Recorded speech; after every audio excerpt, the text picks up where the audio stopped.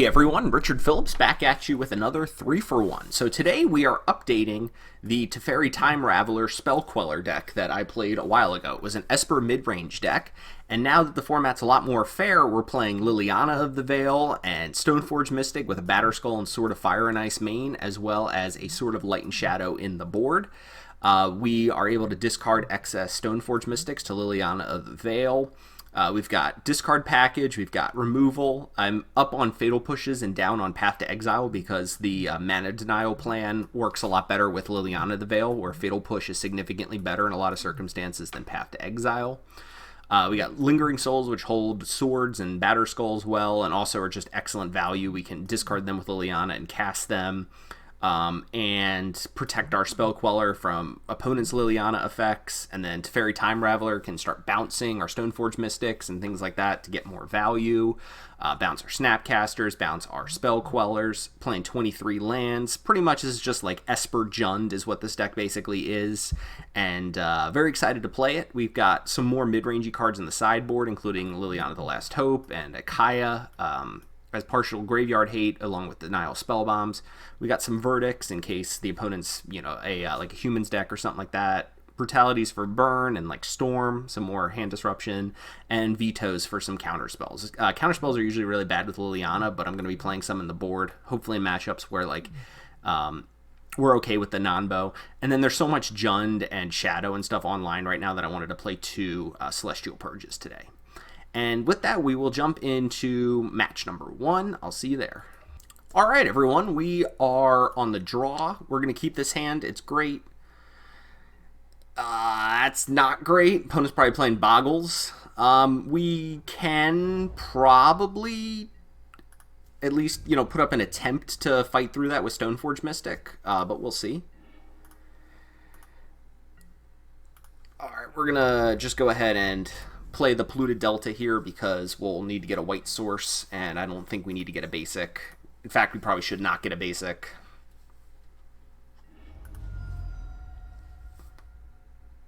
Ooh, actually, if the opponent's playing a 2-mana, the 2-mana Boggle, there's a chance that we actually would have wanted to do that, so this might be a little bit incorrect. We'll see. And I think with Stoneforge Mystic, we're going to want to get Batterskull.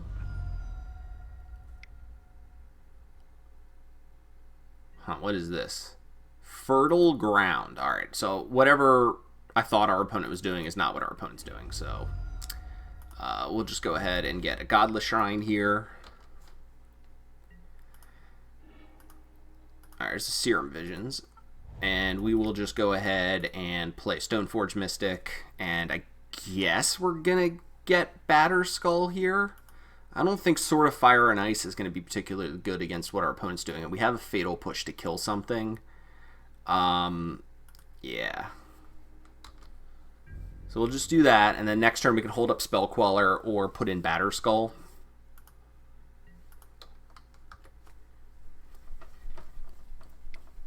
Okay, so the opponent has 3 mana available this turn. Okay, they're going to play a Courser and a land off the top. Interesting. All right, so still don't really know what our opponent's doing, but we can kill the Courser here, which is nice. Maybe we should have gotten light and fire and ice. Maybe not. I don't know. Let's see. Opponent's dealing themselves quite a bit of damage here. And we know they're going to draw another fetch land off the top. Do they have a Path to Exile here? Or Utopia Sprawl? Yeah, Utopia Sprawl. Interesting. All right. Well, I guess we're going to kill the Courser and put into play a Batterskull.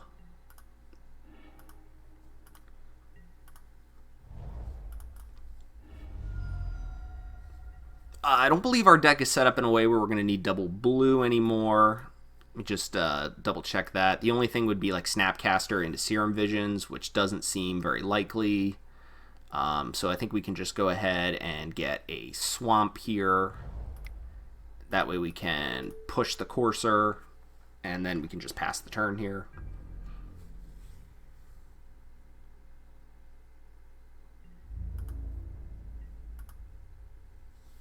If we draw a land next turn, we can actually play the Stoneforge Mystic, and then we can put in the sword with the other Stoneforge Mystic, which is kind of cool.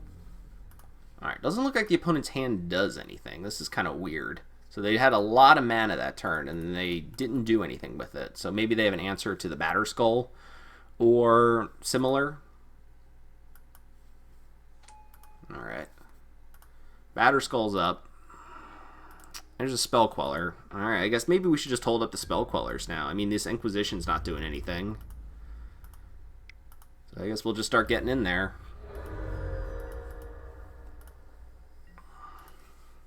Just maybe hope the opponent doesn't do anything.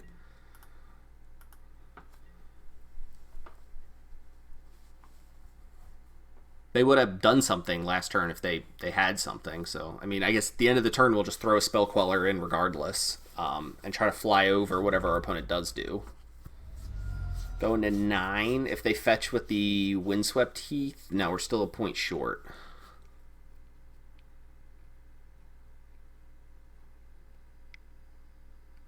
Alright, what is this, like a Sun Titan or something? Okay, they are going to fetch with it. Interesting.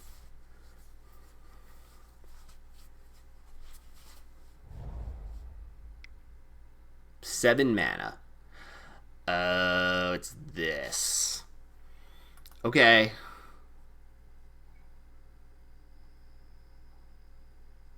Well, I guess we're just dead.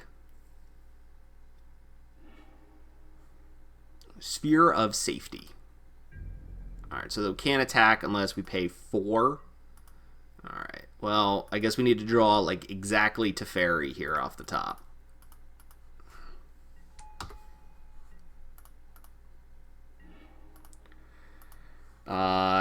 Don't think we have any outs now.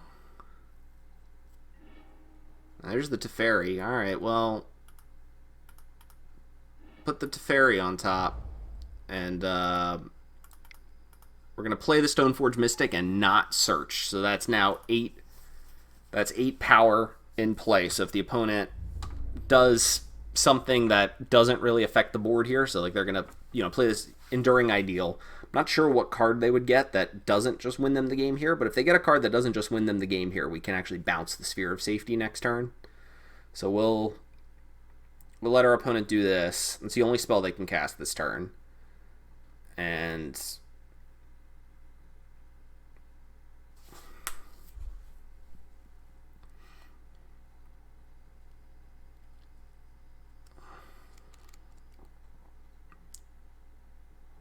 oh, okay, Dubscape. So I think that would end it. Whenever a player casts a non-creature spell, counter that spell. Yeah, so we're just now dead. Alright. So let's see. Going into game number 2. I guess the Dovin's Vetoes are good. The Lingering Souls seem really bad. So maybe like the opponent can't search. I believe the way that that's worded where this Ashiok would actually do a lot of work. So I guess we'll bring those in. The Lingering Souls seem terrible, so we'll probably just cut those.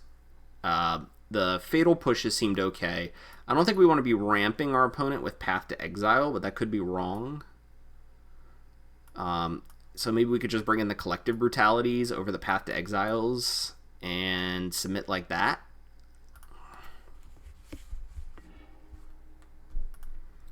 Yes, we'd love to play first. This is probably a keepable hand. It's got lands and spells. Opponent has mulliganed.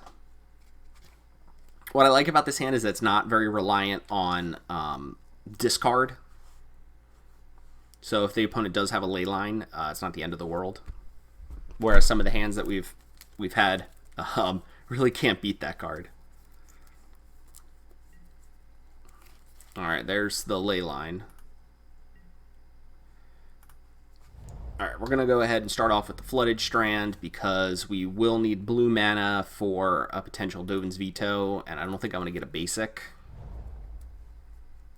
Canopy Vista, alright. So we'll get blue-black here.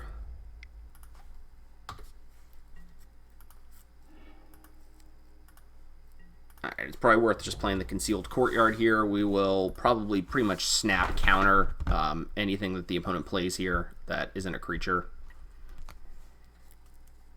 Not snap counter. We will counter it immediately. Alright, there's an Arbor Elf, so we can actually Fatal Push that, which is nice. So I guess we'll just go ahead and do that then.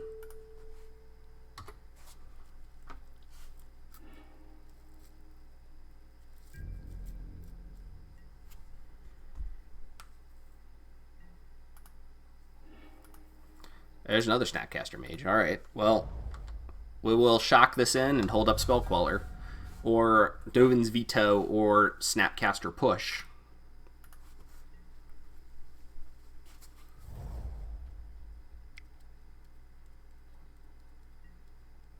Ghostly Prison. Alright, I mean, I guess we'll just Spell Queller that. Like, if we let that resolve, then it's going to be really hard for us to beat our opponent by attacking, so we'll just take that.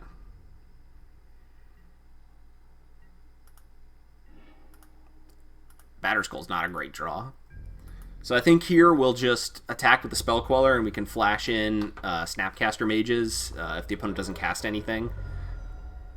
The Collective Brutality basically does nothing because of that Leyline. However, if we draw a Teferi, we might be able to get somewhere, so that's pretty good. Path to Exile on the Queller. Is that worth countering or no?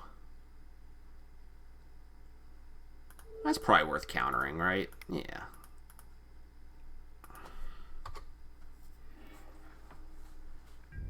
See if the opponent has another removal spell. Nope. Okay, nothing. Alright, Thoughtseize is bad because of that stupid Leyline. We really want to draw a Teferi. Although even a Teferi's not great because they'll just replay it. So I guess we need to draw like 2 more lands and then draw a Teferi.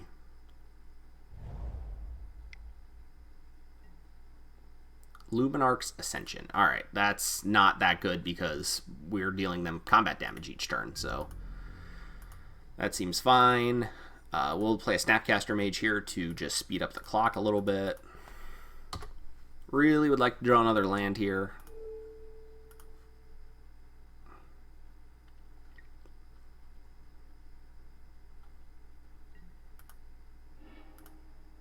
Alright, Fatal Push is not great.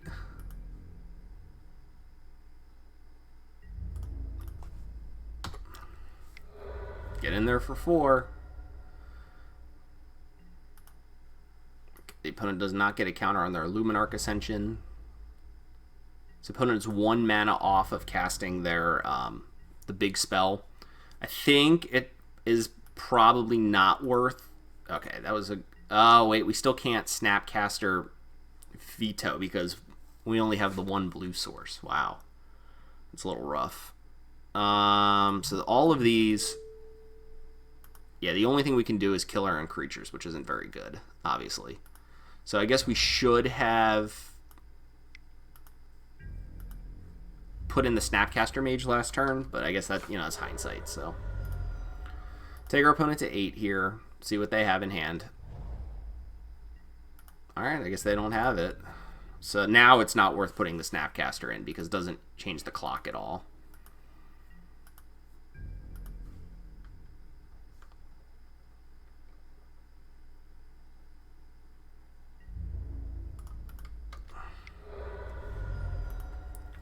Alright, see if they drew anything. This is like the world's most anemic beatdown. Alright, I guess they didn't draw anything. Alright. Do we want to change anything? So this can exile, like, Utopia Sprawls. That doesn't seem very good, right? Yeah, I mean, I guess we're just gonna submit like that. Hope that our anemic beatdowns somehow get there. This has protection from white and black, but Sword of Fire and Ice actually deals more damage. But Leyline is very good. I mean, we can't cut discard spells because our opponent might have Leyline. Alright, well this hand actually can interact with all of their things. So this hand is both good against Leyline as well as also very good at interacting with our opponent. And it looks like our opponent is mulliganing. Yeah, they're down to 6. So it would almost be good if our opponent played a turn 1 ley line here. Okay, of course they're not going to this time.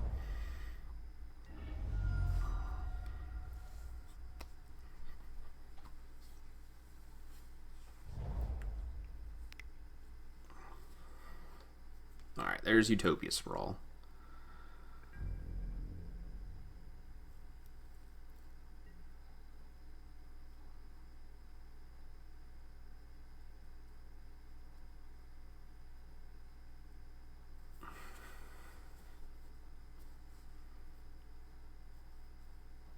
They choose white, and then they sit at their end step. Alright. Alright, we draw land, which is not great. So we're going to marginally thin out our deck, because our life total doesn't really matter in this matchup in the slightest. And Greater Auramancy. Alright, well that's pretty good. I guess we'll play that. That resolves.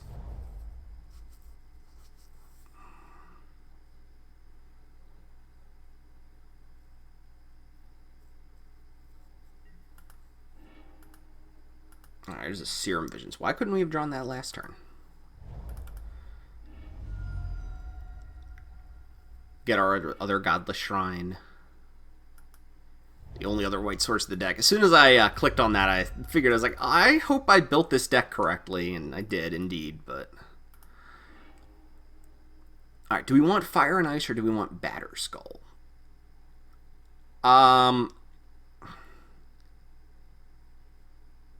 I think we want... Fire and Ice theoretically does a little bit more damage each turn. Alright. Yeah, let's do that. Like I said, it just, theoretically does more damage. I think next turn we're going to play Ashiok and start going to town on the opponent, because the opponent probably actually doesn't have very many win cons. Also, they seem to have a lot of fetches.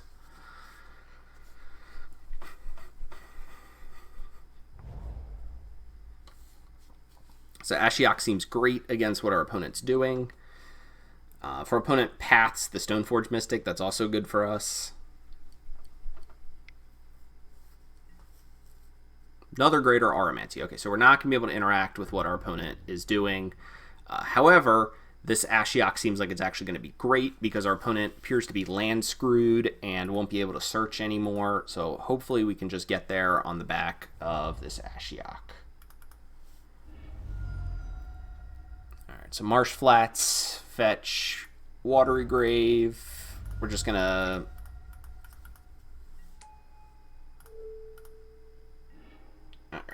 And let's see, we got rid of a Story Circle, which is not particularly good. But yeah, next turn we can... I don't know. We might be able to do a few things next turn. We'll see. See what the opponent plays here. Story Circle. Alright, next time a source of the chosen color would deal damage to you, prevent that damage. Okay. So they're choosing white. Alright, that's fine. We're going to...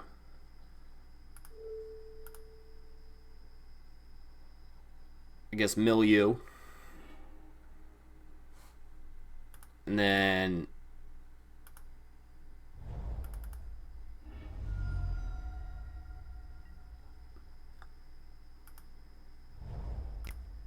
play Serum Visions. Creeping Tar Pit. Alright, so we're going to bottom that, and I guess we'll top a Queller. That sounds fine. And we'll play the Teferi.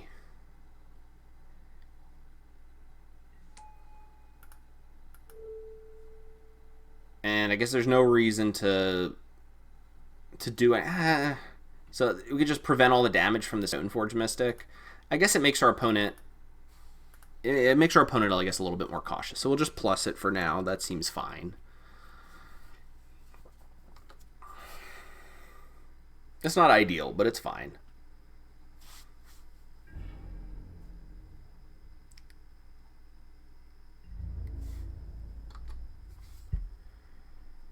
We really would like to draw Liliana.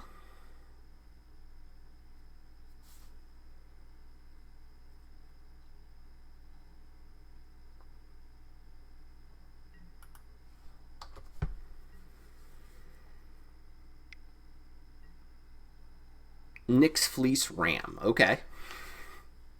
I can get behind a Nyx Fleece Ram. Alright, so the opponent's going to begin to gain life from it.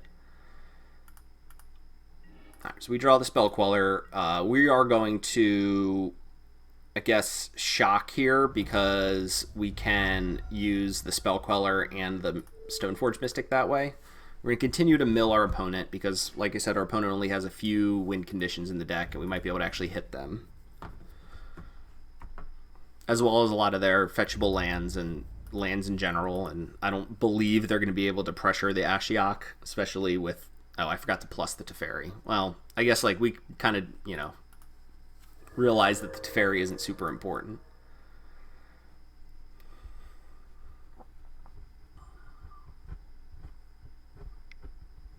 And it's going to make our opponent hold up mana, which is good. So Nevermore, that's worth Spell Quellering.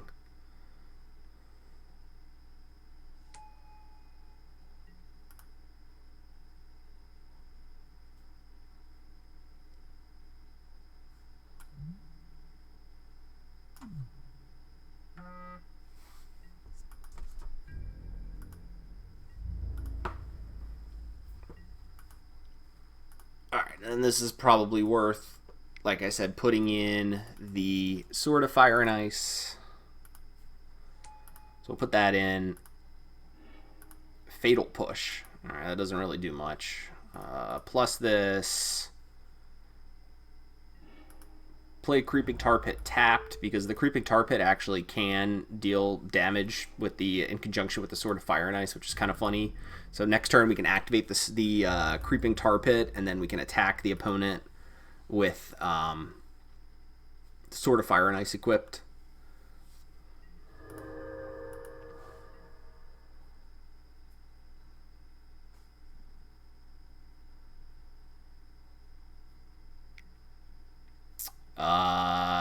Yeah, that's fine. Let that happen. Yeah, we'd love to use the ability. Let's go ahead and get a Swamp. They're not going to get anything off of the Spell Queller because the Teferi's in play.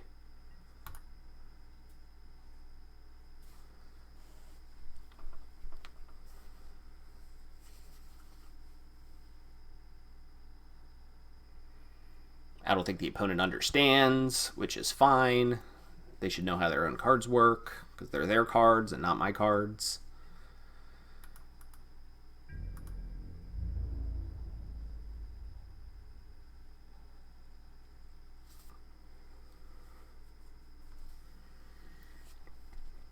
So, like, as I previously stated, the best draw by a lot is still Liliana, but some of these other cards are going to be okay also.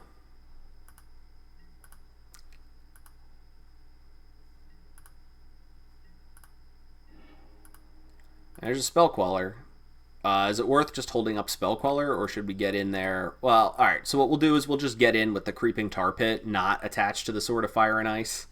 If we draw one more land, we can do both, but I think it would be a little bit unreasonable to do it quite yet. So we'll go ahead and get in with the Creeping Tar Pit.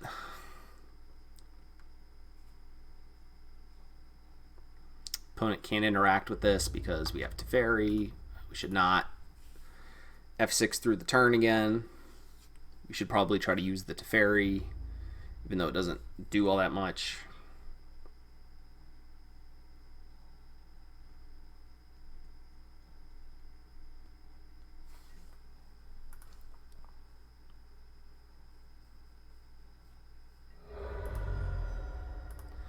One of the things that's really cool about this deck is that the man lands are excellent in it because of Teferi. So the opponent basically just can't interact with our man lands as creatures, so they'd have to have like Field of Ruin or something like that. So we're dealing 2 damage to our opponent a turn, which means they'll be dead in like roughly 3 millennium. But if we draw one more land, we can start getting in there with more. Utopia Sprawl, yeah, we'll just go ahead and counter that. We just want to delay their mana development.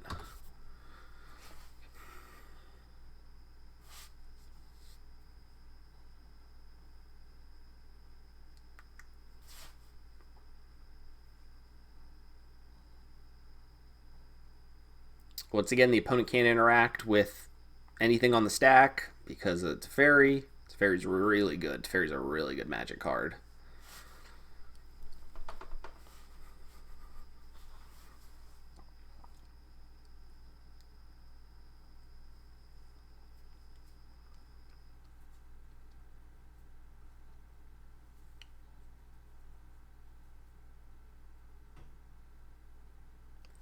And we're waiting.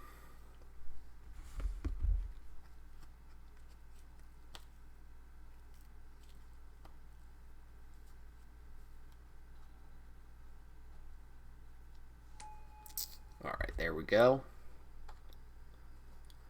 Finally exiled. Now we're going to have 6. So now we can start equipping the Creeping Tar Pit with... Okay, so the opponent's going to play another Story Circle. That's fine. So this turn we'll actually be able to get in with both Story Circles. So they're going to choose blue with that one. Or not get in there with both Story Circles. So we're going to be able to get in for damage this turn. And the next turn, the opponent's going to actually be able to interact favorably with our board with the Story Circles.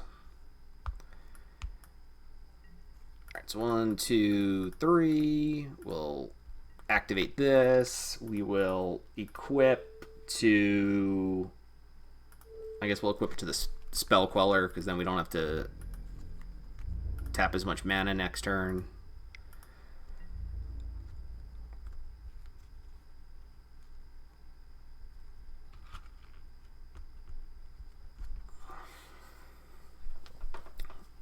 Alright, so we're going to deal our opponent quite a bit of damage here. Then the opponent's not basically going to be able to cast any spells because the Story Circles are going to kind of get to them. And I guess we'll Collective Brutality to drain our opponent and look at their hand this turn also, discarding the Fatal Push because the Teferis... Or maybe let's just discard the other Teferi. We're not going to need that many Teferis. Alright, so we'll deal our opponent a couple more damage here. We draw a Shambling Vent, which is a good draw. So we'll play that. There's no reason to... Yeah. I guess what we could do is we could minus on the Stoneforge Mystic, play the Stoneforge Mystic again, and then we have a Batter Skull, which is different color than that. Alright, so that's something to keep in mind. We're not going to do that quite yet, but probably do it soon. So we're going to do 2 modes. Look at our opponent hand, and they lose life. And we'll discard the other Teferi. Alright, they have a Eidolon of Blossoms in their hand. Sounds good.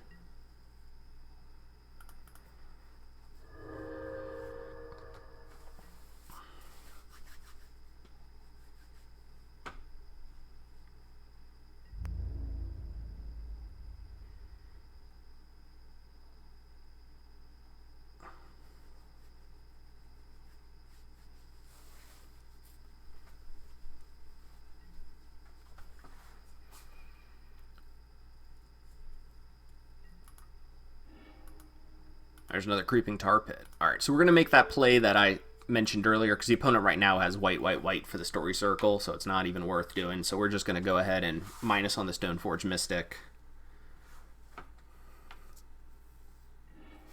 Alright, and then we'll play the Stoneforge Mystic.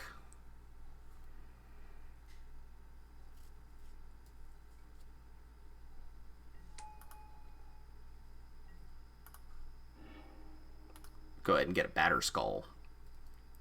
So the Batter Skull is a black creature, so it can attack, but the Nyxfleece Ram is going to be able to block it pretty well. So we're going to play the Creeping Tar Pit tapped, and then I guess just cast the Batter Skull.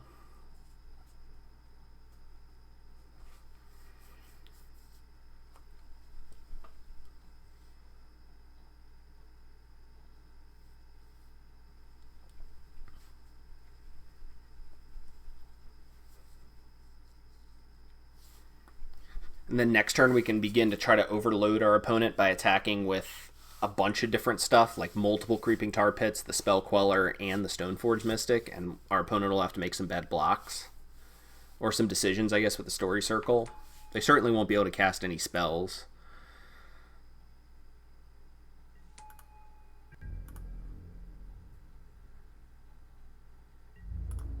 It's definitely worth attacking here and just making them use the white mana.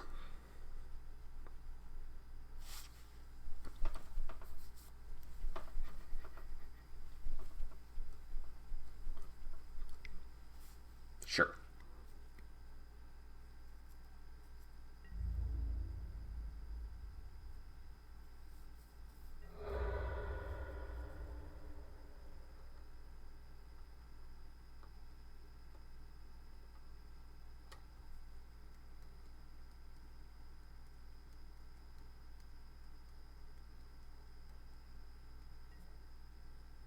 Alright, the opponent will go up to 6 here.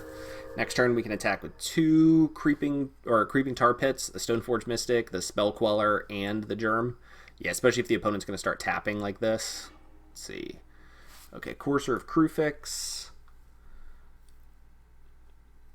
Top card of our opponent's library is also a Courser of Kruphix. Alright, so I think the opponent's just dead now.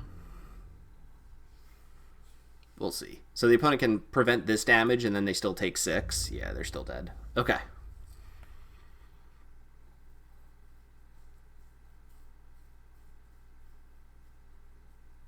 I think the opponent realizes that they're dead.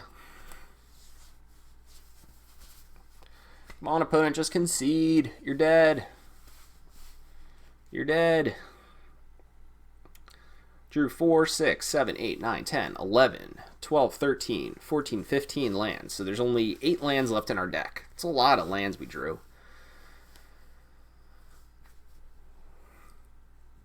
Yeah, it turns out that Ashiok and Teferi and Spell Queller are pretty good at kind of prisoning out the opponent. Like, there's a lot of things our opponent really just can't do here.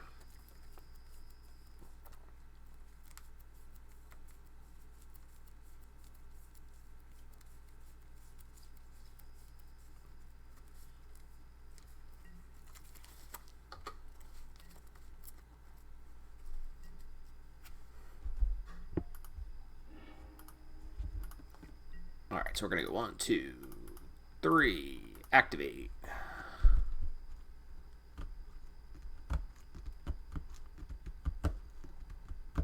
So they can prevent this damage, and then they're still going to take 6 damage off the tar pits.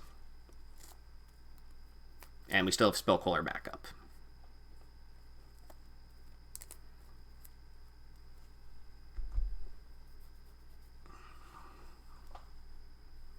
Come on, opponent. Paco the something.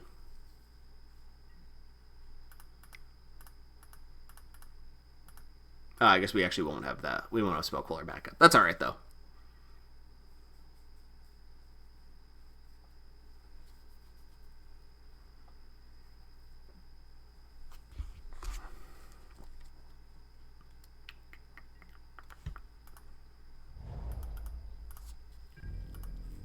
Alright, and we will attack with everything here.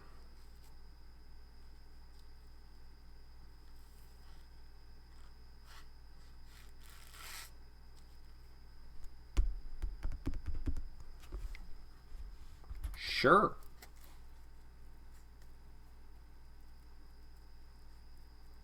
And there we go. Alright everyone, welcome to round number 2. We are definitely going to keep this hand. We're on the play this time. It'd be nice to have a little bit of discard spells, but I mean, this hand is very strong, so we'll just start off with the Shambling Vent. This way we can curve 2 into 3. Opponent's name is Gruel Me Harder, which is an excellent name. Big fan. And they're playing Gruel. Look at that. Crashing Footfalls enters the revealed zone. Well, they're going to feel really sad about this Teferi then. So yeah, let's do Stoneforge Mystic. It's probably worth getting the Batter Skull here because we have the other Stoneforge Mystic, so we'll probably get the other one anyway at some point. Alright, Crashing Footfalls is fine. Best case scenario here would be the opponent plays a 2-drop, and then we can Fatal Push it and put in a Stoneforge Mystic, or put in the Batter Skull.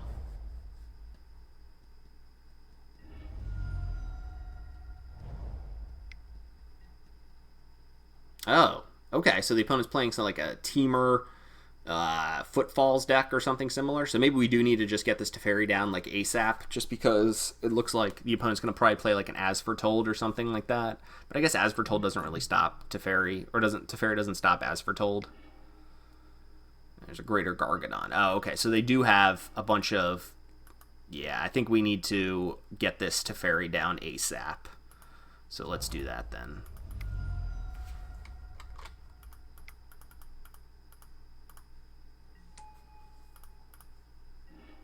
Okay, opponent just concedes to Teferi. Perfect, yeah. Because they got all these cards here, like Greater Gargadon and stuff like that. They have to get through Teferi for all of it. Opponent just concedes the match. All right, so we're going to do a 4-for-1 today. We're not going to do a 3-for-1. But you can just see there's some strategies that certainly just, Teferi is just amazing against. All right, everyone, welcome to our next match. This hand's really good, too. We'll keep this one. We do need another land, but we can go Stoneforge Mystic into Liliana. What I really like about this deck is that it's not really reliant on the Stoneforge Mystic plan. Like, we can just play the Stoneforge Mystic, then the opponent has to play around the cards. But, yeah, so like here we're going to jam the Stoneforge Mystic here, but we're not, reliant on it. I guess we're going to get Batterskull here.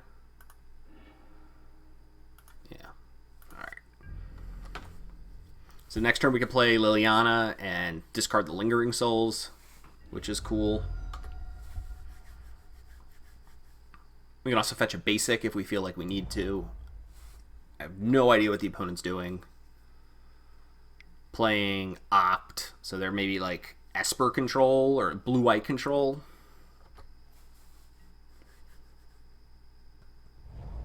Looks like blue-white control, alright.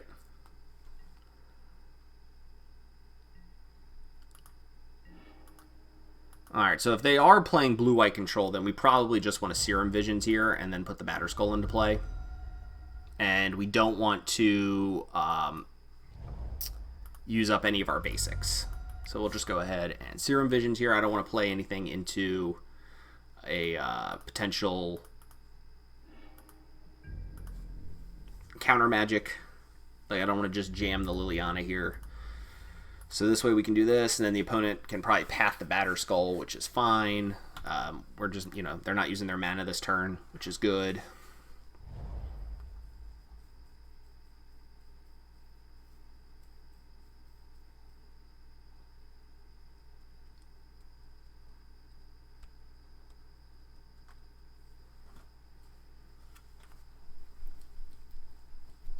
And then next turn, so we're assuming that they'll path the Batterskull.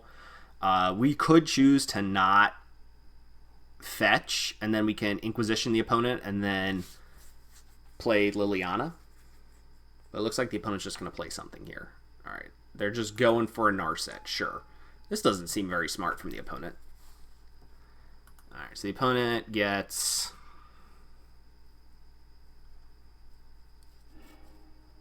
Path. Okay.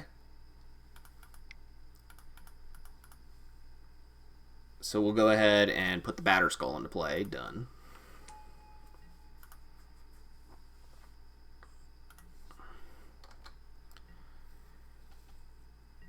Alright, and then we want to play around a potential Force of Negation by Inquisitioning first.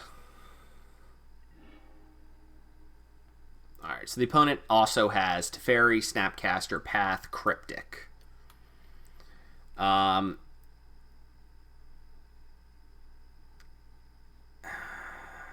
don't even... I mean, a lot of these cards aren't even very good. I guess Teferi's probably the best one. Like, if they path our stuff, I think we're fine with it.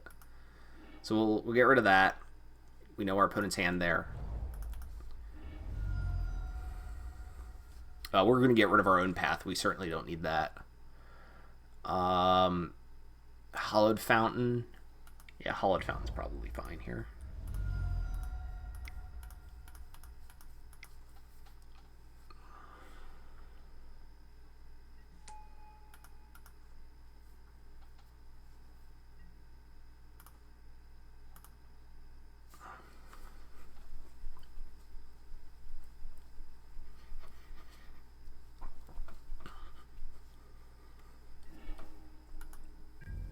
Alright, the opponent discards a Field of Ruin. We will kill the Narset and attack the opponent.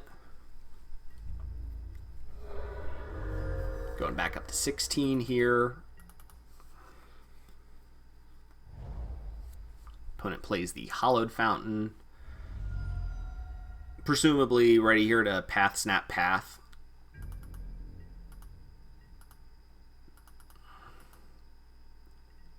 Or hold up Cryptic. So I think we just want to go to combat.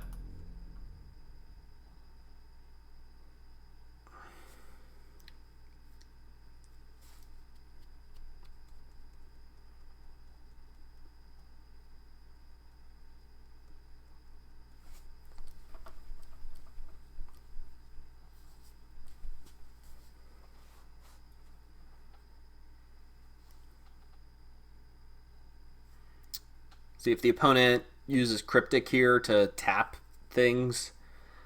We'll see if maybe they try to bounce the Germ. If they try to bounce the Germ and draw a card, I'll bounce the Batterskull and fizzle the Cryptic command. I think that's probably totally worth it.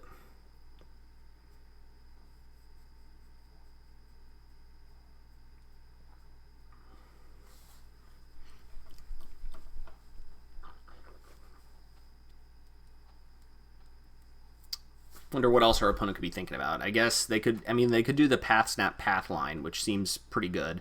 But the only card we didn't really have an answer to is Teferi. Alright, so the opponent is going to go for just this this line here. So we'll definitely say yes to that. We'll get a Swamp.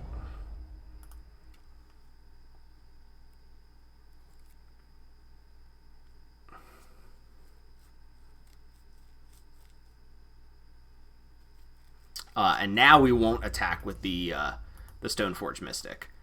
We're going to play this, and we'll fetch with it. Because this way we can actually just put the Batterskull back into play here, which is really cool. So we will get the Watery Grave, and then we'll plus, making both us and our opponent discard. Discard the Fatal Push here.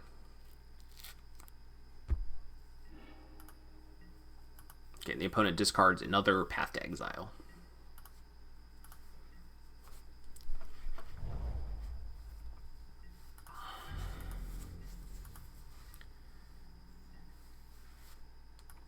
Alright, so now we're going to do a fancy play here, which is that we're going to activate the Stoneforge Mystic, hold priority, and bounce the Batterskull. So this way, if they destroy the or path the Stoneforge Mystic in response, we still get the activation from Stoneforge Mystic. So even if they kill the Stoneforge Mystic here, we're still okay. And also if they Cryptic command to bounce the Batterskull, we're also still okay. This is like, a pro, not a pro, it's a pretty common line here, but yeah. So like, yeah, sure. So if they Snapcaster Mage, path the Stoneforge Mystic, we still get the Batterskull into play, which is kind of cool. If we would have done it the other way, if we would have just bounced Batterskull to the hand, and then, just had 2 mana up, we would not have been able to make this line. So sure, we'll get a Plains. Okay, so now we return Batterskull to the hand. And then we put the Batterskull into play. Done. Living Weapon. Pass the turn. We'll just discard here. We just want to get our opponent empty-handed. We want to make our opponent's Cryptic Command as bad as possible. So their only card in hand is Cryptic Command. We're going to attack with the Germ here. We're threatening an ultimate next turn. And then we will cast Lingering Souls and then flash it back. So we know their only card is Cryptic Command.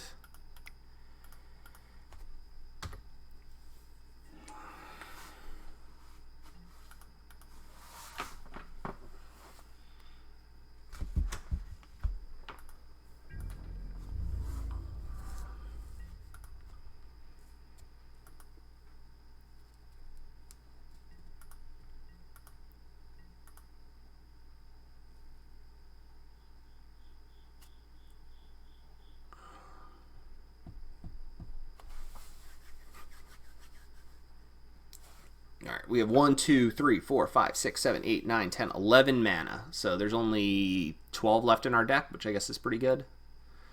They're going to upkeep, bounce our Liliana, and draw a card. Sure. Oh, and tap our team. Not even draw a card. Okay. Seems okay. We will play the Liliana.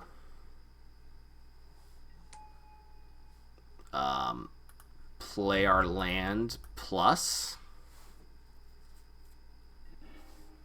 Alright, get rid of the spell snare. And then we will... Oh, wait, we need to tap for blue at one of these here. Blue. Nope. That's not blue. That's blue. Alright. Now we need black. Alright, I can do this. I've activated many creeping tar pits in my life. Alright. There we go. So I really don't care if our opponent attacks Liliana for 2 here. I think they're under a lot of pressure here anyway. And you know, we have this covered on several different. They need like Wrath into like Cryptic Command. It would take a lot, I think. And if they attack here, then they're dead to the germs. If they don't attack, then we just minus it. Yeah, okay, cool. So we're moving on to sideboard. So the opponent's just playing blue-white. Unsure if they're playing Stoneforge Mystic or not. Regardless, I don't like Paths at all. Paths are really bad against them. Fatal Pushes are also not great, so maybe we can like trim on them and just go down to like 2 or 3 because we have Teferis to bounce as well as Lilianas to make them sacrifice. Maybe even 2's a lot. Cards I do like are Dovin's Veto. I like Liliana. I like Sword of Light and Shadow. I like Kaya. So I guess maybe we could go down to just 1 Fatal Push.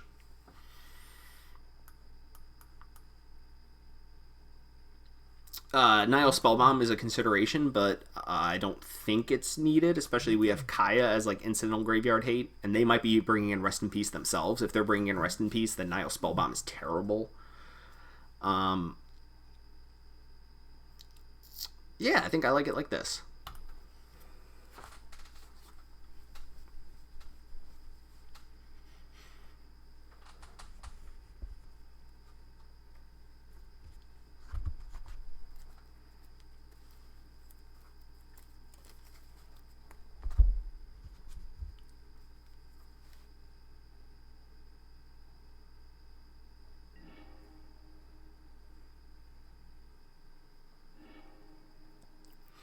All right, in this matchup, can we keep this hand?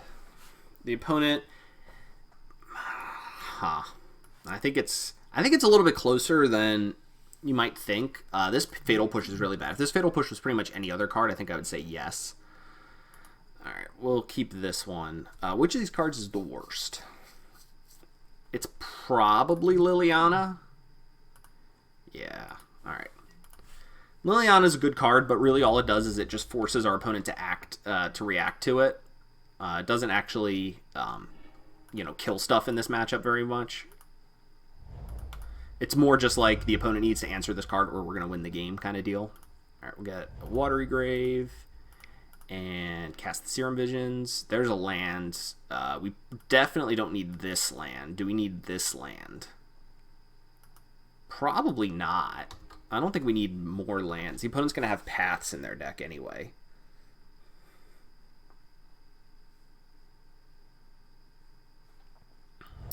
Alright, so do we want to jam a Stoneforge Mystic into Spell Snare? So I'm going to... okay, well, that kind of answers our question for us. I was going to say they probably have Spell Snare, but this way we can Inquisition them, take a Teferi. Take a Narset. They did not have it. Interesting. Alright, so... we would have been safe there if we would have gone for it, but I think we're fine with this outcome also, because the opponent's not really doing anything. All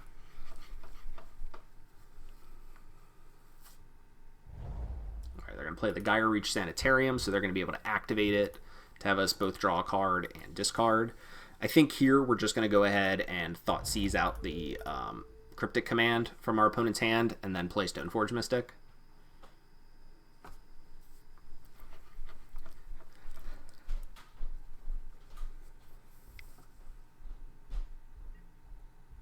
Oh, okay, they're just going to force this. Is it worth vetoing? Probably. Yeah, let's veto this. And then we'll just get to Thoughtseize the opponent's cryptic command, and then they don't have anything. Alright. Sounds good to me.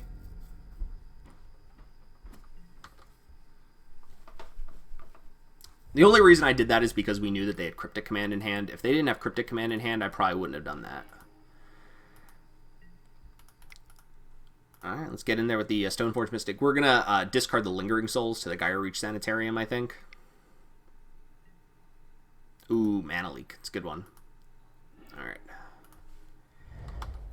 So if the opponent does activate the Gyre Reach Sanitarium, we'll discard the Lingering Souls.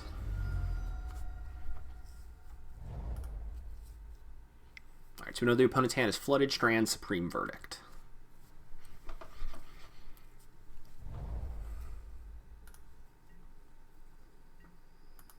Supreme Verdict and one unknown. 1, 2, 3.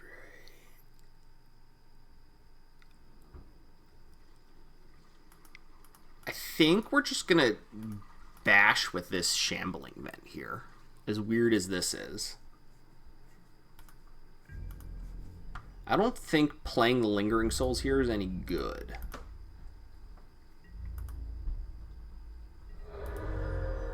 And then I guess there's a big question of whether or not we want to play this land. I'm going to play it, but that could be wrong. So now the opponent will activate the Gyre Reach Sanitarium, probably. We'll discard the Lingering Souls for value. No, they didn't even activate it. That's weird. Why wouldn't they activate it? Huh. Alright, well, I guess a majority of my strategy was actually built around them discarding it, or around them playing that there, and the fact that they didn't is kind of wild. So, I don't really know what to make of that. I think here, now that we have Spell Queller plus Lingering Souls, I think we can just cast the front half of Lingering Souls and pass the turn, and make our opponent use the Verdict on this.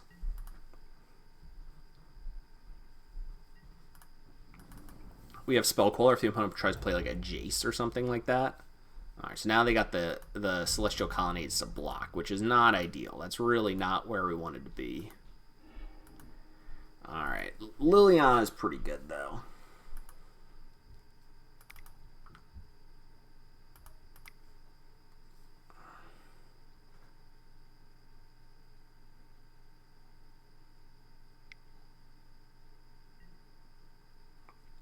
Yeah, that's gonna get... We're gonna snap off this Spell Queller on the Force of Negation here. If the opponent has a removal spell or something for that, that's fine, but Force of Negation is really one of the better cards we could have put under a Liliana, or put under a Spell Queller, because the chances of them being able to cash in on this is pretty low. Alright, yeah, sure, so they're gonna get the path here, that's fine.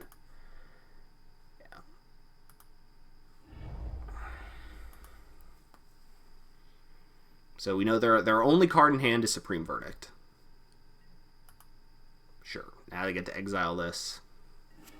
That's fine. We'll bash in for 2.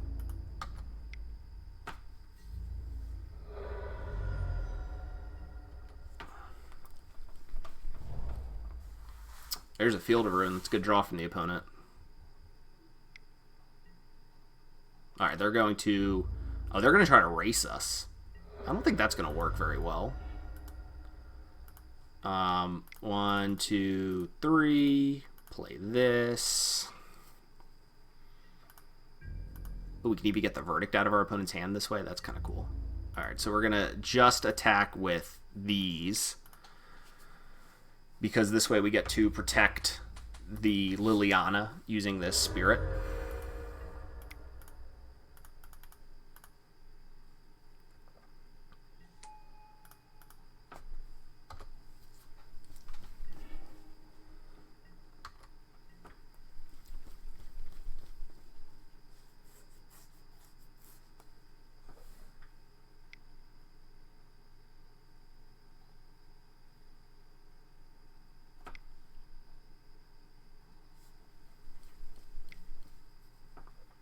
Well, that was not what they meant to do, but I don't think it mattered all that much. Wow. All right, we were just drawing straight gas off the top. It's. I guess we should plus this first because if the opponent. All right. I was gonna say if the opponent had Snapcaster Mage, they would have used it there. Do we want to commit this Lingering Souls to the board? Probably not.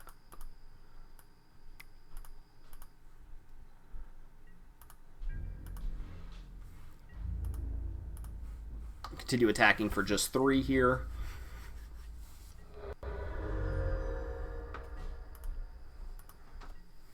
Next turn we can minus the Liliana and we can get back Stoneforge Mystic, and then we can equip it with the Sword of Fire and Ice on a Spirit. Okay, we're going to both draw and discard. Okay, well, actually that makes the Sword of Fire and Ice a lot better, or the Sword of Light and Shadow a lot better, so that's kind of cool. Alright, there's a Jace, so that's something. We will be able to kill that, unless they... Alright, so we'll still be able to kill it. That's good.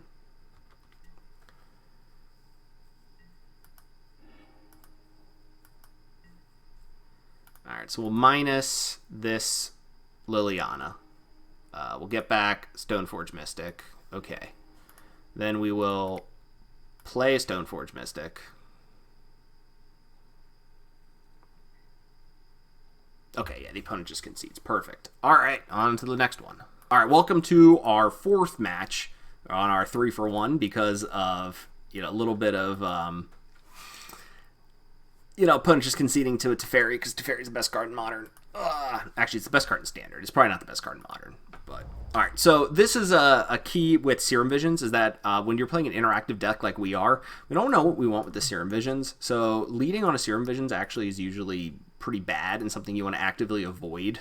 So in this case, I didn't know what our opponent was playing. Like their opponent's playing looks like mono white Taxes, and the card's a lot more valuable when you know what we want to be getting as opposed to just kind of guessing. Alright, so this definitely to me looks like a sort of Fire and Ice matchup. Batterskull's probably going to get blocked very easily, and it doesn't seem honestly all that good against a lot of stuff our opponent's playing. Meanwhile, Sword of Fire and Ice can kill stuff like Thraben Inspectors or Thalias and stuff like that, whereas Batterskull seems like it would just get blocked pretty easily, and they're going to be playing Batterskulls of their own. Alright, I'm confused now, so I don't know what's happening.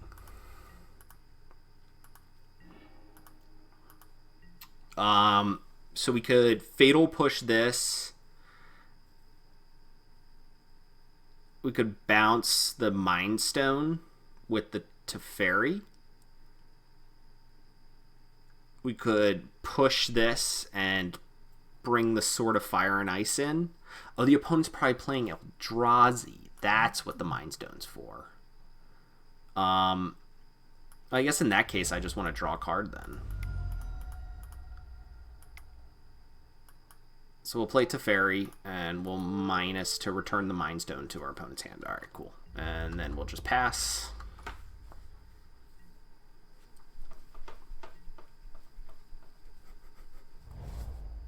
Alright, there's a Ghost Quarter. Let's hope the opponent doesn't have Cat Jesus here. If the opponent has Cat Jesus, this could be a problem. Alright, there's Mind Stone. So it does look like the opponent, I guess, is probably playing Eldrazi. That would be my guess as to what that is for.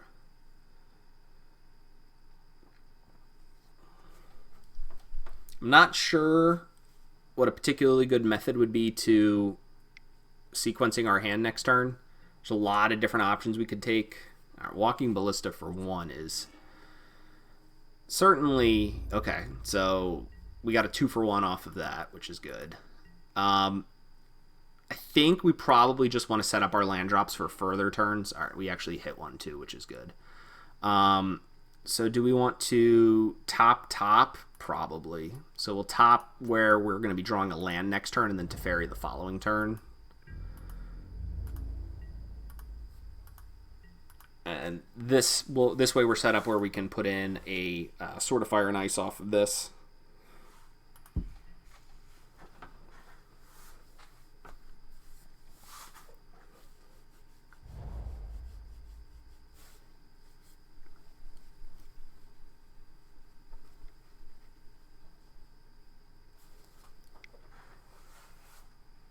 Opponent named Construct. That's a little weird. All right.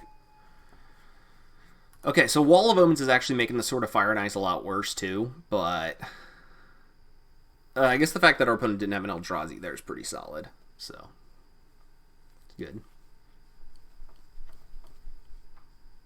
We could put the Sword and Fire Ice into play, and then next turn we can just cast Lingering Souls and make 4 Lingering Souls, which seems pretty good too.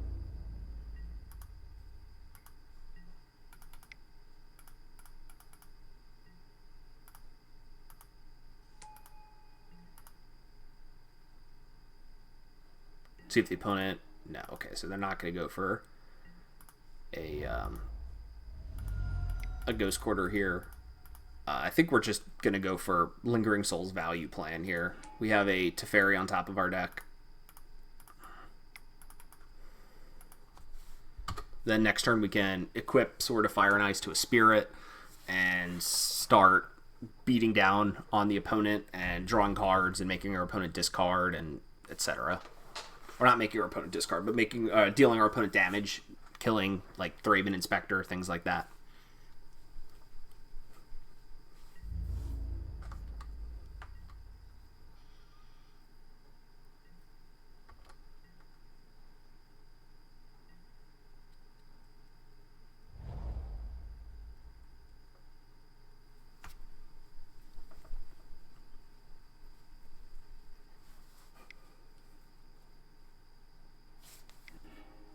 Okay.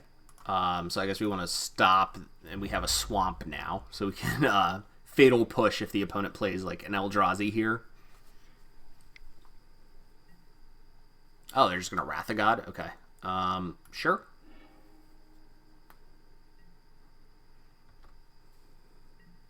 That's kind of weird, but all right, it works. Oh, yeah, we shuffled away our Teferi there. Oh, well. All right, let's go for a Batter Skull, I guess. I don't know. Get that, and then we can get our Hallowed Fountain, I guess, and cast a Lingering Souls.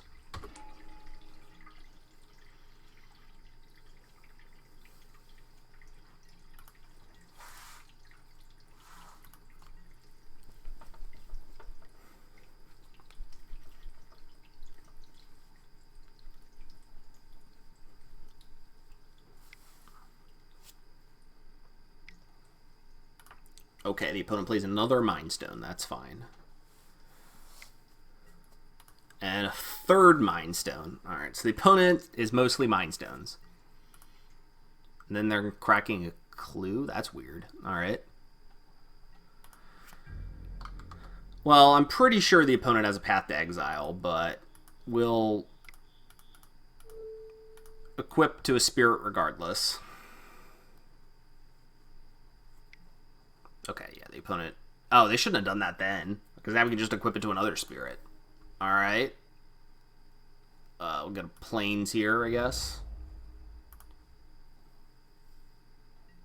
Alright, we'll equip to that Spirit. And we'll attack our opponent.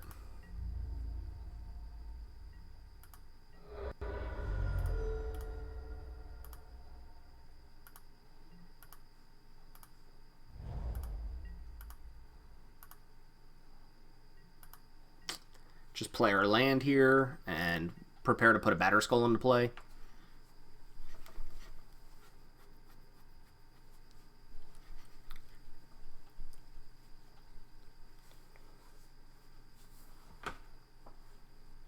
Opponent has 3 draws just kind of rolled up here in these Mind Stones, which is kind of funny. What is this? Oh. What in the world is our opponent doing? Oh my gosh. Alright, well, I guess that happens.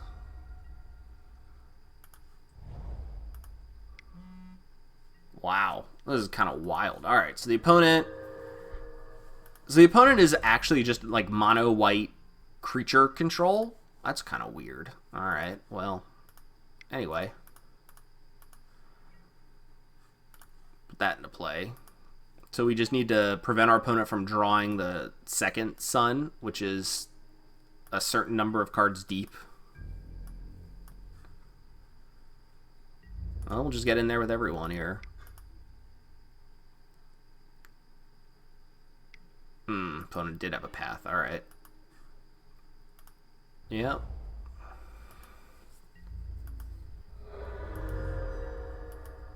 Alright, so now we want to Snapcaster into Serum Visions because we really want to find some action that can disrupt our opponent, like Thoughtseize. There's Stoneforge Mystic. Liliana's not bad either. Alright, so bottom and top the Thoughtseize. And then we want to cast this.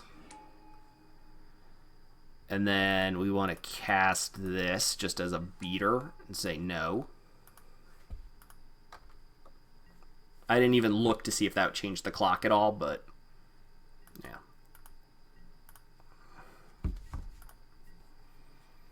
See if the opponent has it. No, okay, so it's just a Thraben Inspector. So we're gonna push the Thraben Inspector now so we have all of our mana next turn.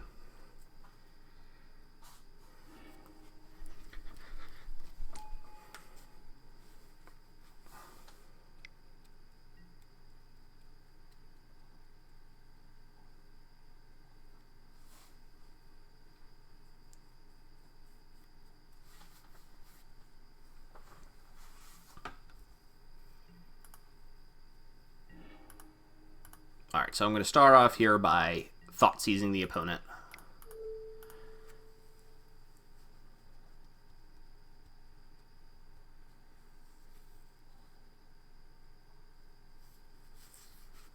Make them use a path or something right now. So we have 4, 5, 6, 7, 8, 9, 10, 11, 12, 13. We have 14 points of damage. So we can't kill our opponent here, but we can kill them next turn.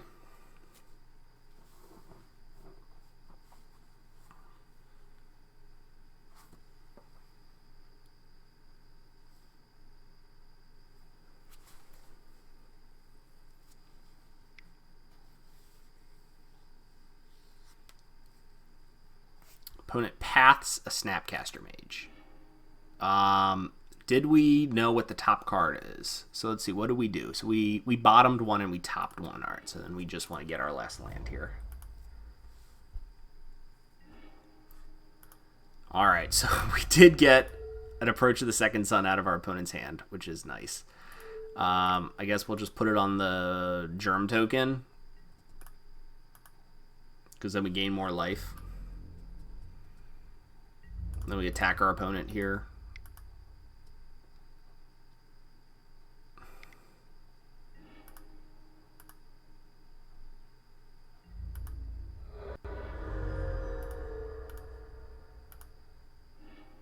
Alright, there's the Serum Visions. Cast Serum Visions, Fatal Push. We don't need that. We don't need that. Alright.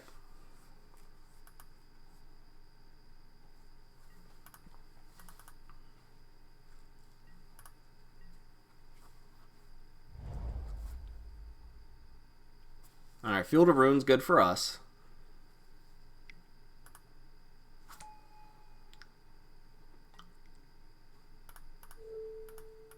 Go ahead and push the Thraben Inspector.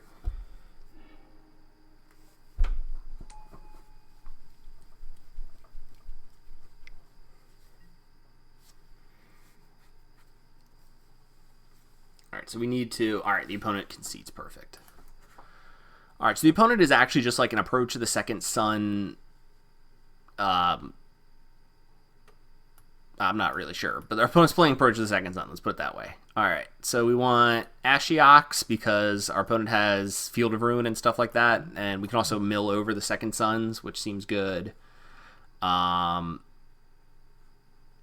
Collective Brutality gets them out of our opponent's hand. Path to Exile seems really bad. Fatal Push didn't seem great either because they're a Wrath deck. Maybe we want all of them out. Yeah, maybe just like that. And submit. Oh, I guess we probably want Light and Shadow. In place of a Lingering Souls. Let's do it like that, yeah. In place of a Lingering Souls.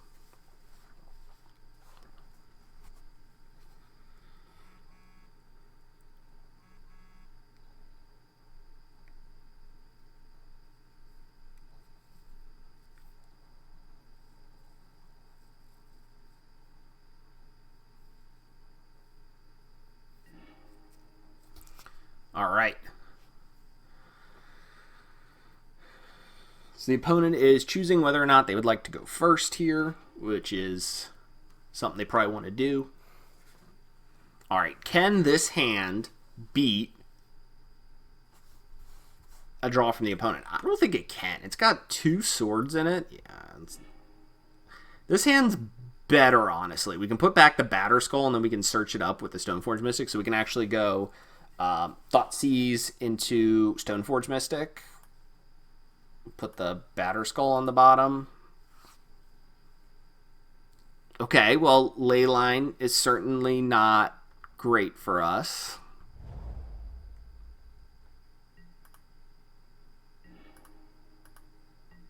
Alright, well, we're gonna, I guess, try to charge in with the Stoneforge Mystic. The Sword of Light and Shadow is actually going to give ourselves protection from everything, so we'll probably want to get that with one of the Batter Skulls, or one of the Stoneforge Mystics, not sure which one. But the opponent is definitely set up for a quick win here. Ooh boy. It's kind of weird that we've run into so many of these decks today. Yep, let's get the Batter Skull. Also, the sort of Fire and Ice is a lot worse when the opponent, or when we can't actually target our opponent. We have to. I think we have to target something too. I think we would theoretically have to kill our own creatures. Don't quote me on that. Not exactly sure. All right, there's a Wall of Omens. Sure.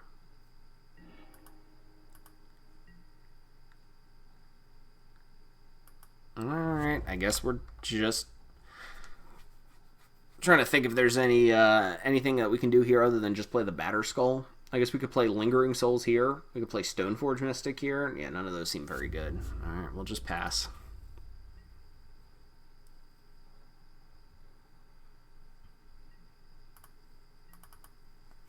Yeah, so one thing about Stoneforge Mystic is it certainly doesn't kill the opponent very quickly.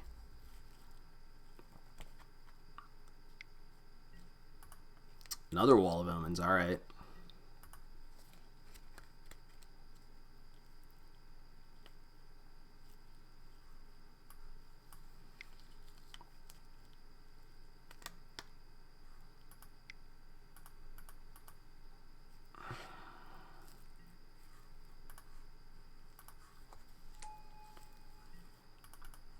Putting that in response. Just so that we get a little bit of F6 value, which is the best kind of value.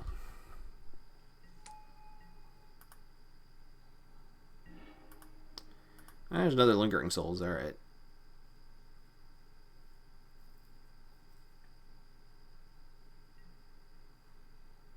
Oh, okay, so they're going to kill it here. This is a smart play by the opponent. This is a very smart play. Yeah, that was a good play by the opponent. I like that.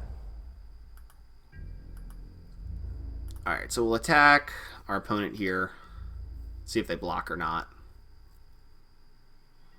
Yeah, alright, pretty obvious block.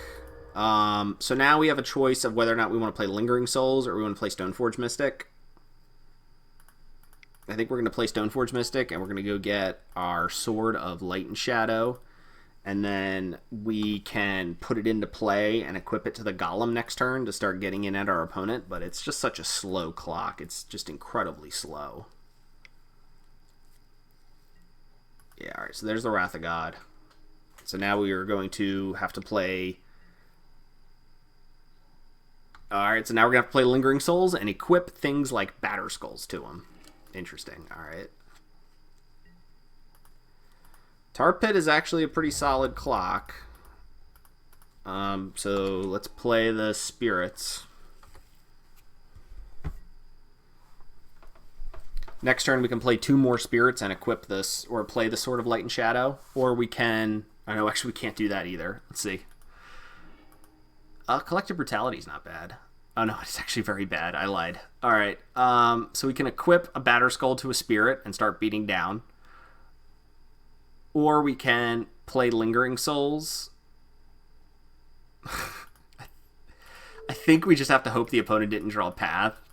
And we just got to equip a Spirit with a Batter Skull. This presents the quickest clock. Alright. Go ahead, opponent.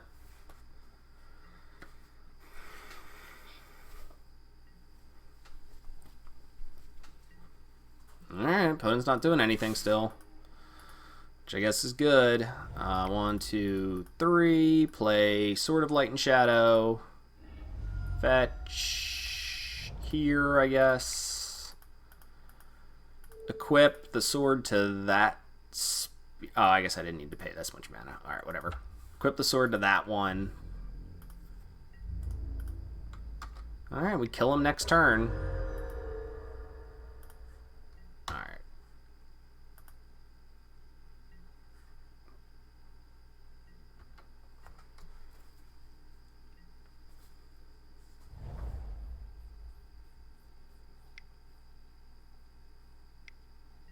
Alright, the opponent staying alive up to 13 here.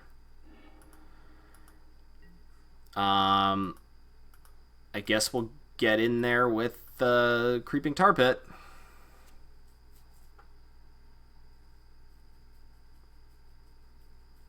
Doesn't kill our opponent. It's close, though. If we could cast this Brutality, it would kill them, but... Okay, there's no ability. We're up to 40 life, so the opponent's got to, like, top deck it right here. Or if they already had one in hand.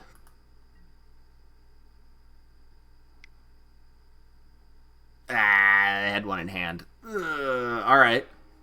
Alright. Sideboard time. So we don't have it a good way except for Teferi to get rid of a whatchamacallit, a ley line. So I guess we're just gonna have to do this and hope that, I don't know. I guess hope that we draw the Dovin's Vetoes at the right time. There's only a couple of cards we have to counter with the Dovin's Veto, but it's just such a slow clock. Oh my gosh. Alright.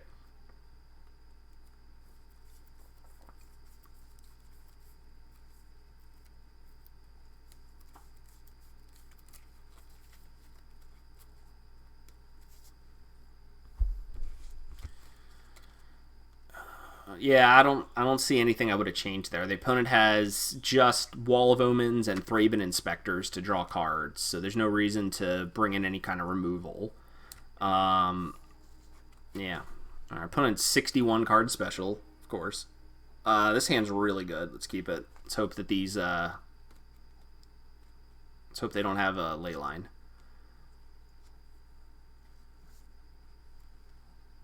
Because we can go Inquisition, into Serum Visions, into Teferi. Then we can use Teferi to bounce stuff. Opponent's mulliganing, which is great when opponent mulligans to 5. Alright.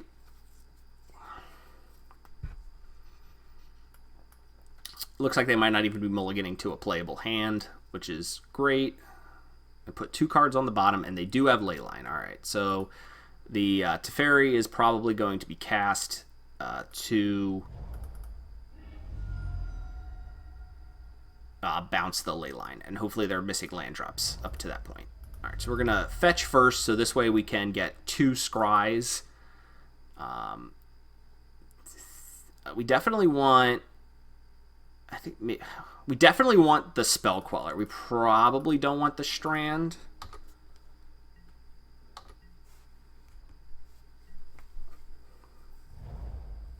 All right, so there's planes from the opponent, and they play a Thraben Inspector. Okay. Okay. Play this and pass, and then we can play Dark Slick Shores.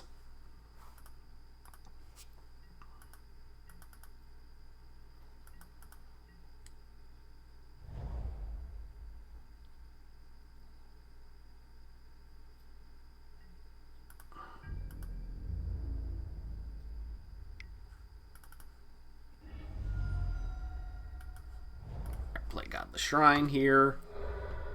Alright, we take some damage.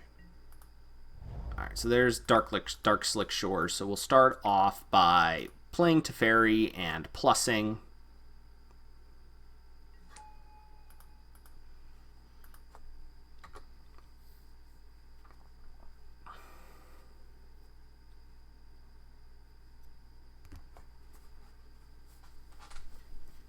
And then we can draw step, Inquisition our opponent at some point, which is kind of cool too.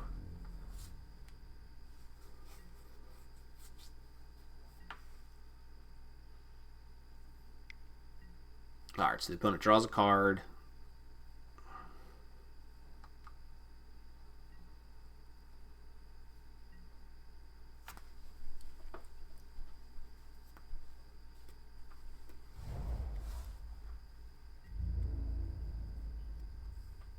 Opponent will attack the Teferi for 1, which is annoying. I love Thraben Inspectors, a really good card.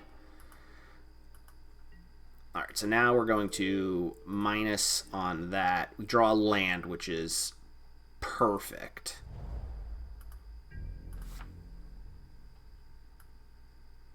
So now we're going to Inquisition our opponent. We can't do it at flash speed because... Oh, alright, so the opponent has 2 ley lines. Yeesh. Alright. Yeah, alright, we're just going to pass, I guess.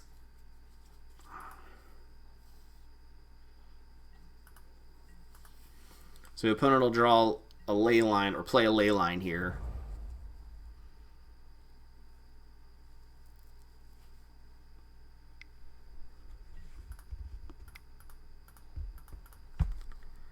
And we'll Queller it.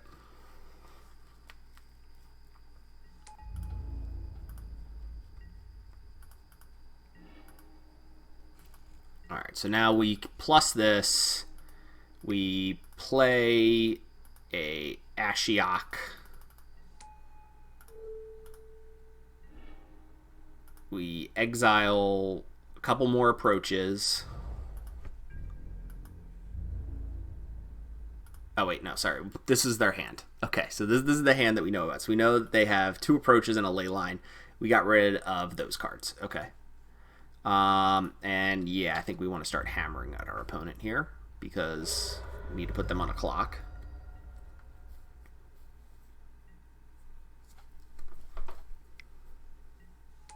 Okay, the opponent plays a Mind Stone.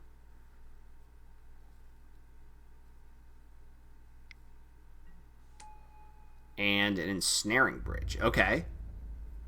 Okay. Alright, they attack the Teferi, which is fine. We draw Thoughtseize, which is good. We can Thoughtseize the ley line out of our opponent's hand.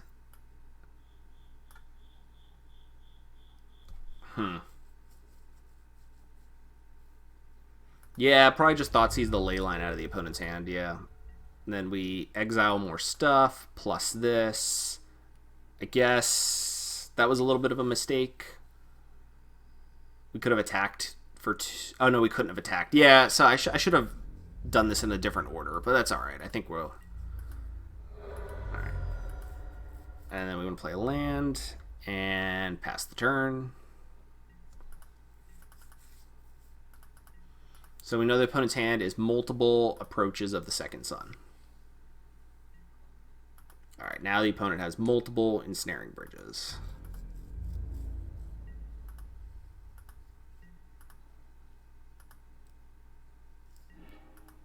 Alright, there's a Stoneforge Mystic. Okay, so we'll play that.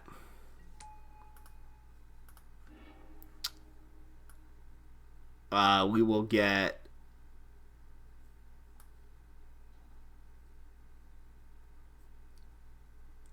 I don't know, I guess Sword of Fire and Ice.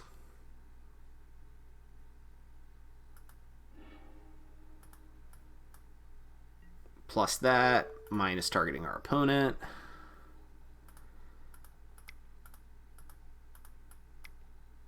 Play the sword.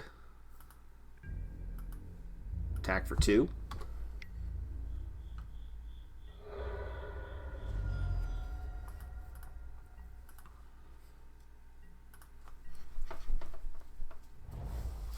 Alright, 1, 2, 3, 4, 5, 6. Alright, so the opponent is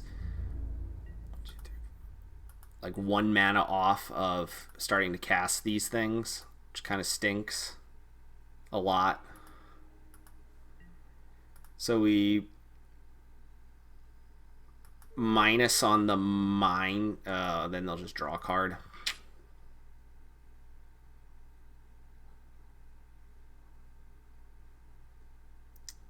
So we could minus on 2 ensnaring bridges here. Eesh. Yeah, all right, let's minus on the Mind Stone. We'll see. Okay, so the opponent just... Oh, okay, this is great. So the opponent just let that happen. So then we get to actually Spell Queller, another thing that our opponent's doing. They have 3 cards in hand right now. So we can actually equip the Sword of Fire and Ice to the Stoneforge Mystic and attack here, which is kind of cool. So we'll equip here. And then we can attack our opponent.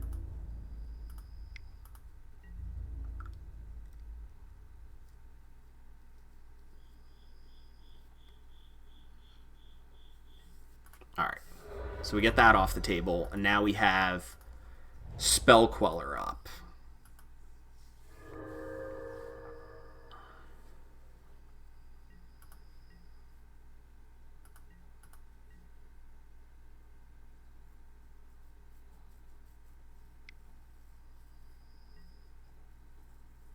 Alright, we're getting fumigated. That's fine.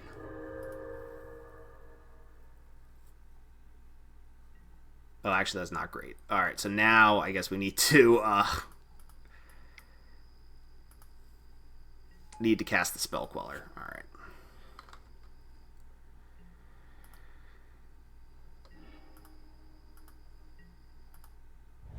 Alright, so they have 3 cards in hand. We can play Teferi.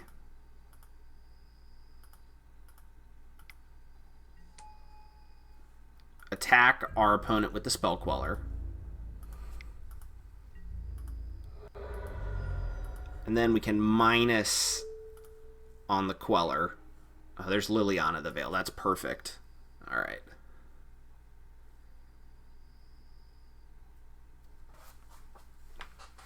Alright, this is good. Alright, so now we get to play Liliana.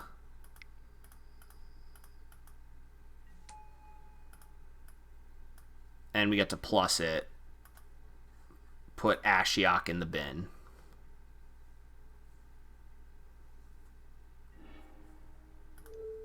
And then we get to exile more cards. And pass the turn.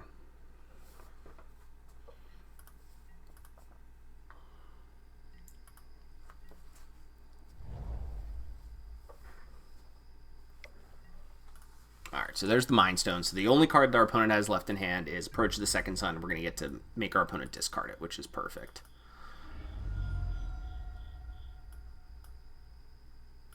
So we'll get a land here. That's fine. Alright, Dovin's Veto. So we'll, I guess, discard the Dovin's Veto. Seems fine. And then we'll plus this.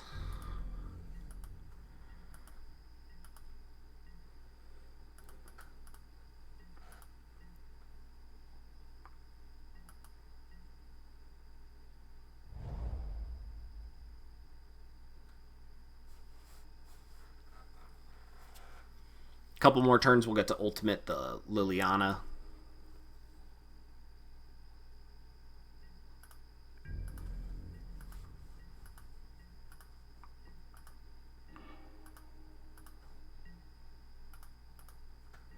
Plus the Teferi, plus the Liliana.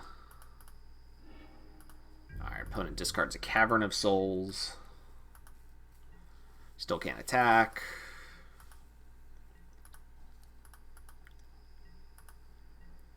Next turn we get to split our opponent's permanents in half. That's going to get countered.